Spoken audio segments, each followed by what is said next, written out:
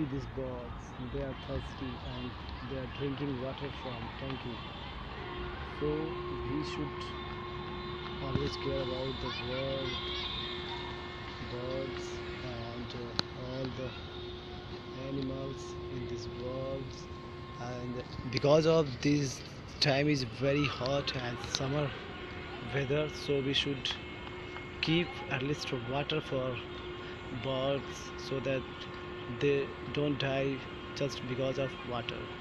So it is my request to all of you, my dear friends, please keep water for birds.